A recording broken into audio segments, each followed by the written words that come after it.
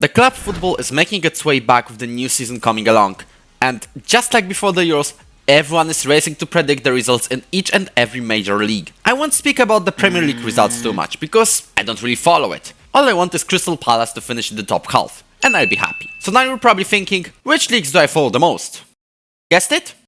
Poland and Slovakia, the 18th and 23rd best league in Europe. And since the footballing season in Poland is about to start, it's time to predict how each team will finish in the top tier known as the ekstraklasa. Just without the Football Manager game, because I don't really play this game anymore. So all we can do is analyze the transfers, the situation in the league, and put clubs in the tier list. We'll go from the rock bottom of the league, because you can see I've separated this table into 6 groups, and I'll start from the rock bottom. And here's my first thought actually as I'm analyzing transfer market in Poland right now. I think none of the teams that just got promoted, the first 3 ones, the Gdańsk side, the Katowice side and the Lublin side, none of them are going to be relegated, you know. This is what I personally think. They could as well go down with the last 3 places, but it's pretty much possible that all of them will actually stay up. They are doing some sensible transfers overall. Like for example, GKS Katowice, they are signing Adam Zrelak, who has come from Warta Poznań, who have been relegated from the top division last season. Also getting one of the stars of the second division of Poland from Odra Opole, that is Borja Galan. They are also getting players from Lech Poznań.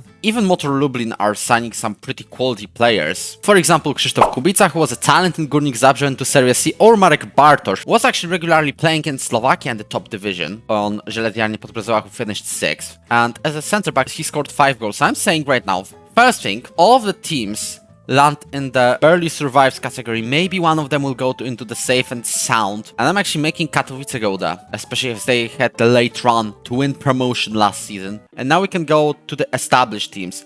So now you're probably wondering, in that case, who gets relegated? The first one, I'm saying that could be Radomiak. I'm still hesitant if they will finish rock bottom or not, because many of their players left that were the strength of the team. The transfers in, I'm not really saying anything major is going on, as their biggest signing has played in the second tier of Portugal's Ye Otara, who also goes down. Kielce. They are also not getting too many transfers in. They also barely stayed up last season, and by barely I mean barely, because they've won the last game. If they haven't won the last game, they would go down and Warta would stay up. And the third option, I have a dilemma between Puszcza Niepołomice and Cracovia, the oldest side of Poland, the latter one, although they've got a couple of decent transfers. You might remember Mick van Buren from our SFC Opawa save. He was playing in Stal Prague. Now in real life, he's going to Cracovia actually. They also got Heinrich Ravas, who only spent half a year in the United States. Well, it's going to be tight between them and Puszcza Niepołomice, because they can still pull out the set pieces, because they are very known for this. So I think that it's going to be very tight, but if I was to risk it, I'm saying it's the side from Krakow that goes down. So now we can look up the tape a little bit more. We know that GKS stays up, and we are looking for sides to fill up the spot of safe and sound, which is,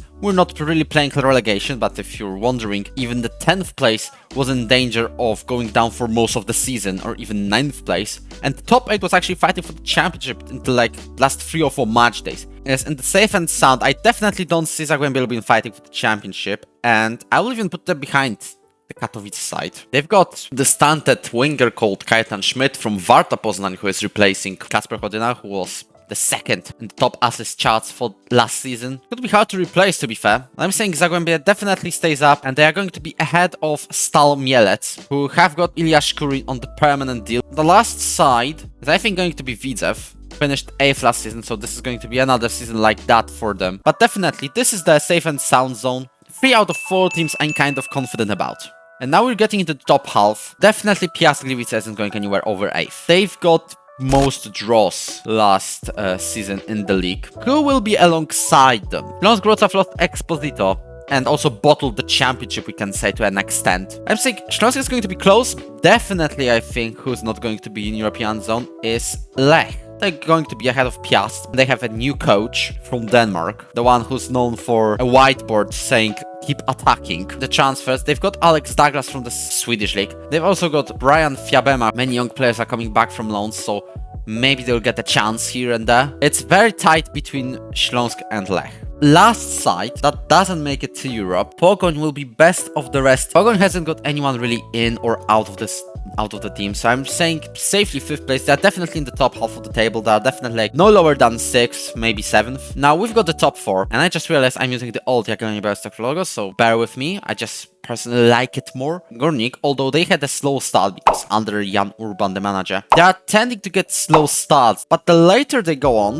the better they are. And I think with the chances of Łukasz Ambrosz, who played in Bundesliga, they've also got big talent in Alexander Buksa. He's still a big talent. Yes, they are also massively changing the squad, like just every year, because for example the people who left are Pacheco, Bielica, Sekulic, Lawrence Enali, who's left for 3 million, and Adrian Kaprali, who's going back to Slovakia. This time they might actually make it, although I'm going to say they are not going to be the top 3. The 3rd place, now it pretty much depends on European performance, because Jagiellonia will be playing the Lithuanian side, Panevėžys, in the 2nd qualifying round of the Champions League. If they win, they got guaranteed Conference League football, and this side never played in the European group stage. They haven't sold many players. Yes, they sold Bartłomiej Wdowik for 1.5 million to Braga. Also Bojan Nastic, Zlatan Alomerowicz, Jose Naranjo and Kankali Scanner left. But at least they've got some players in, like someone who has regularly played in Ligue 1, Lamin Diaby Fadiga, or João Moutinho, a left back on loan from Spezia. And I'm thinking they're going 3rd place, and it's going to be between Legia and Kraków. Big news are, their coach that led them from the 3rd tier to the championship is back on the roll after just a season of a hiatus. He was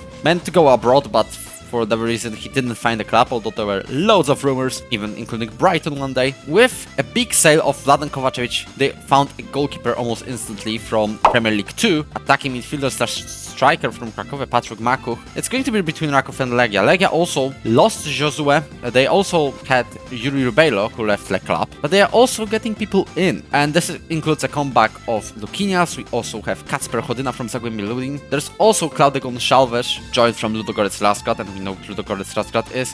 Also a decent European side. I'm going to say it pretty much depends on Legia's European performance, because if they pull it all in Europe, they get to the Conference League phase, just like last season. They might struggle a little bit in the league as usual. But I'm still saying Raków is going to finish 2nd and Legia will finish 1st, in my opinion, and they are going to be the champs of Poland. Like, after all, it's Legia, it's the most reputable club in the country. And yeah, this is how my table looks like for this season. Everyone does a certain kind of predictions, and some will come right, some will come wrong. This is just for fun. These are just fun predictions. But this is how I think the table will look at the end. I'm hoping for another great season, because Polish League always delivers. I can tell you literally right now, there were 7-8 title contenders last season until a certain point, like match day 30 or something. Even the relegation battle had the 12th team and 16th team that was the first one to go down, separated by only 3 points. And let me know your predictions in the comments. Aside from that, thank you for watching. If you enjoyed, you can hit the like button and subscribe to the channel. I'd be grateful for that, and I will catch you on the next one.